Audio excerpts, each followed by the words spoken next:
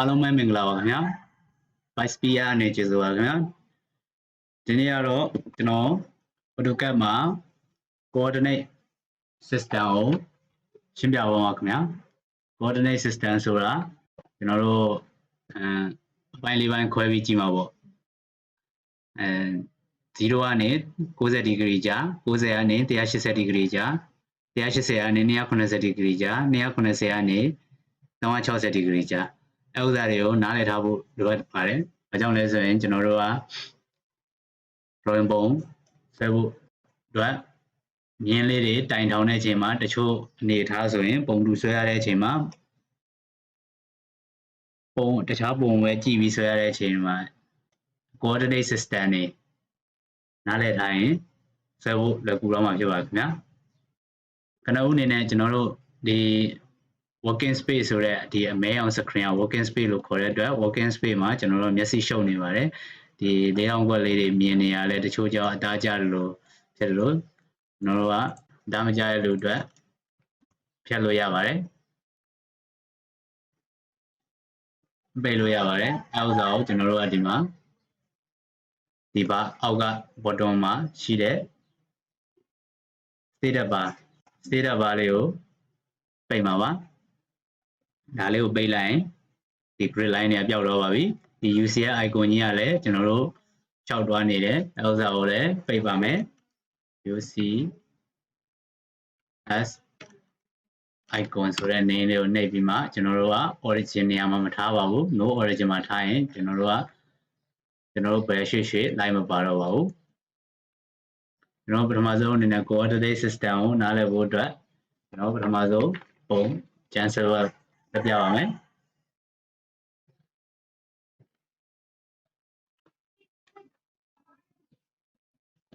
ကျွန်တော်တို့ coordinate system မှာဆိုရင်ဘာတွေနားလည်ထားရမလဲဆိုရင်ကျွန်တော်တို့က x wing ကို y wing နဲ့ဒီပိုင်းပိုင်းပြီးခွဲပြီးပြရမယ်နောက်တစ်ခုက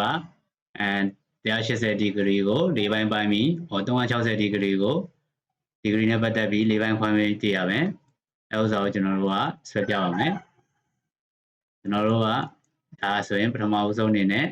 at x value y value ကောမှာခံပြီးဆွဲမှာပါအဲဥစ္စာဒီတန်ဖိုးအတိုင်းလိုက်ဆွဲပါမယ်ဒီတက်ပုံဒီပုံနမူနာပုံလေးကိုကျွန်တော်ဒီလိုဖြည့်လိုက်ပါမယ်ဒီပုံလေးခြေပါမယ်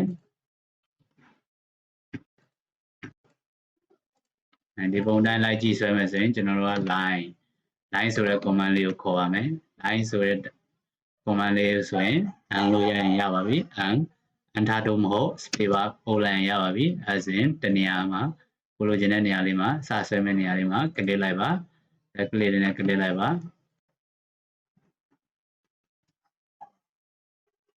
သူတန်ဖိုးကညာဘက်ကိုတော်တာဘယ်လောက်လဲ9တန်ဖိုး9ကိုရိုက်ထည့်ပြီးမှအန်တာပါဒီဥစ္စာဆိုရင် h တန်ဖိုးကအနောက်ဘက်ကိုသွားတဲ့အတွက် -2.5 y တန်ဖိုးကတော့အပေါင်းအဲဆိုတော့ shift at h တန်ဖိုး -2.5 y တန်ဖိုးက3အန်တာပါအဲဆိုရင်ရပါပြီအဲဆိုရင်ကျွန်တော်တို့ကအမှကလစ်လိုက်တိုင်းဒီပုံလေးထွက်တော့ပါပြီအဲဆိုရင်ဒီအောက်ကပုံ9နာပါတဲ့ပုံလေးဆွဲပါမယ်9အန်တာပါပဲဆွဲတန်ဖိုးက horizontal သွားတာရေးရင်သွားပါတယ်ဒီဥစ္စာဆိုရင်စောင်းသွားတာဒါဆိုရင်ဒီ point ကနေကြည့်မှာပါကျွန်တော်တို့ဒီရောက်နေတဲ့ point ကဒီကိုရောက်နေပါတယ်ဒီကနေကြည့်မှာပါဒီကိုကြည့်တဲ့ဥစ္စာ h တန်ဖိုး 2.5 2.5 shift at shift to 2.5 comma y တန်ဖိုးကဘယ်လောက်ဖြစ်မလဲ3အန်တာအဲဒါရပါပြီနောက်ထပ်တန်ဖိုးတစ်ခုက shift to -4 comma y တန်ဖိုးကအပေါ်ပဲတက်တဲ့အတွက်4 shift to နောက်တစ် point က x တန်ဖိုးက minus 4 y တန်ဖိုးက minus 2.5 ရပါပြီအဲဆိုရင်စာမှတ်ကို click နေလိုက်ရင်ရပါပြီ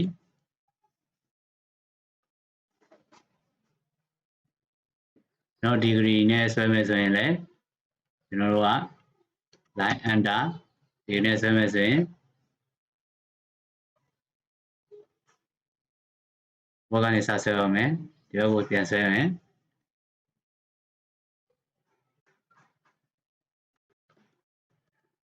ဆက်မယ်ဆိုရင် degree ရဲ့ sign ထည့်မယ် shift at shift to indicator လေးထည့်ပြီး distance value က 4 less than သူက comma မဟုတ်တော့ဘူး less than နှစ်ခုကြ degree နဲ့ကွာကျွန်တော်တို့ရဲ့ line အရှည်ရဲ့တန်ဖိုးကြားမှာ less than indicator လေးထည့်ရပါတယ် degree ကကျတော့ကျွန်တော်တို့က45လေးရထည့်လိုက်ရင်ဒီအဆောင်လေးရပါပြီ shift to နောက်တစ်ချို့ကကျတော့4 less than ဘယ်လောက်ဖြစ်မလဲ up point အနေဆိုရင်ကျွန်တော်တို့ကဘယ်လောက် degree ဆင်းချသွားရလဲဒီဥစ္စာကကျွန်တော်တို့က minus 45ဖြစ်မှာပါ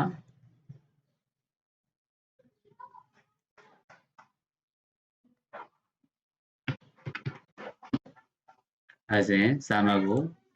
click နေလိုက်ရင်အကုန်ထွက်ပါပြီဒီပုံစံလဲ click နေမယ် data ကိုထည့်မယ် enter ခောက်မယ် shift at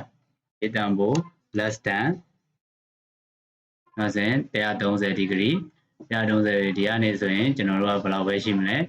50 degree ပဲရှိပါမယ်50ပဲရိုက်ပါမယ်အဲဆိုရင်ရပါပြီ shift at distance ကဘယ်လောက်လဲ 5.5 comma ဒီနားလေးဥစ္စာကဘယ်လောက်ရှိမလဲဆိုတာကျွန်တော်ကဘယ်လောက်မလဲဆိုရင်အကြမ်းမြင်လေးဆွဲကြည့်လိုက်ပါ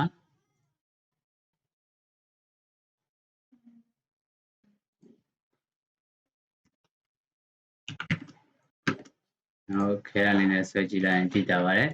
အဲဆိုရင်ကျွန်တော်တို့ကဒီကောင်က50 degree ဒီမှာတောင်းမှန်လေးရှိပါမယ်အဲဆိုရင်90တတိကန်တစ်ခုရဲ့ပေါင်းခြင်းက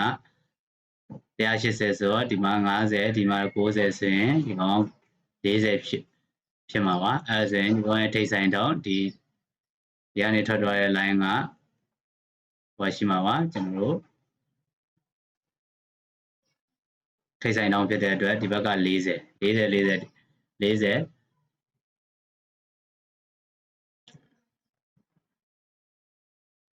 ကျတော့ဒီ line လေးကိုလည်းဒီဘက်ကိုပို့လိုက်ပါမယ်အဲကြောင့်လဲဆိုတော့ဒီမှာ40ဆိုရင်ဒီဘက်က90ဖြစ်တဲ့အတွက်40ဆိုရင်ဒီဘက်က50ဆိုတော့ကျွန်တော်တို့ကဒါ50ဆိုရင်ဒီနားလေးကတောင်းကကျန်တာ45ရဲ့45ဆိုရင်ဒီဘက်ကတောင်းကလည်း45အဲဆိုတော့ကျွန်တော်တို့က90နဲ့45ဒီနားလေးဥစ္စာကိုပေါင်းလိုက်ရင်ရပါပြီအဲဥစ္စာကို40နဲ့45နဲ့90နဲ့ပေါင်းရင် shift to distance 5.5 less than degree value က45နဲ့90 degree ပေါင်းတဲ့ဥစ္စာပါအဲဆိုရင်135ဖြစ်မှာပါရပါပြီ shift to distance က5ပါ less than အဲဒါဘယ်လောက်ဖြစ်မလဲနောက်ဖြစ်မလဲဆိုရင်ကျွန်တော်တို့ခုနပုံစံလေးဒီအပေါင်းလက္ခဏာလေးကိုကျွန်တော်တို့ကပုံကျန်းဆွဲပြီးရင်ဒီဥစ္စာကျွန်တော်တို့ဒီဥစ္စာလေးကိုရွှေ့ကြည့်လို့ရပါတယ်ကျွန်တော်တို့ကဒါဆိုရင်ကျွန်တော်ဆွဲရမှာဒီ point နဲ့ဆိုရင်ဒီ point နဲ့ဒီမြင်းချောင်းကိုဆွဲဖို့အတွက်ဒီ point ကဘယ်ဇုံထဲမှာရောက်တာလဲ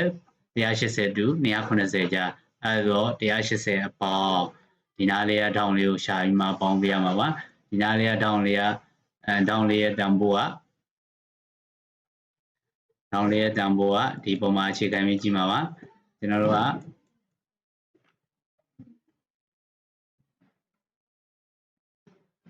ဒါဆိုရင်105 ဒီဘက်ကဆိုရင်ကျွန်တော်တို့က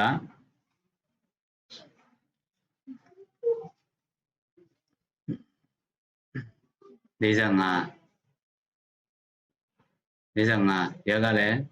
45ဆိုရင်160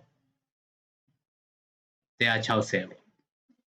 45နဲ့105နဲ့ပေါင်းရင်ဒီနားလေးကတောင်းက45ပါ45နဲ့105နဲ့ပေါင်းရင်150 30ဆို30နဲ့180နဲ့ပေါင်းတော့210 line under shift to distance value less than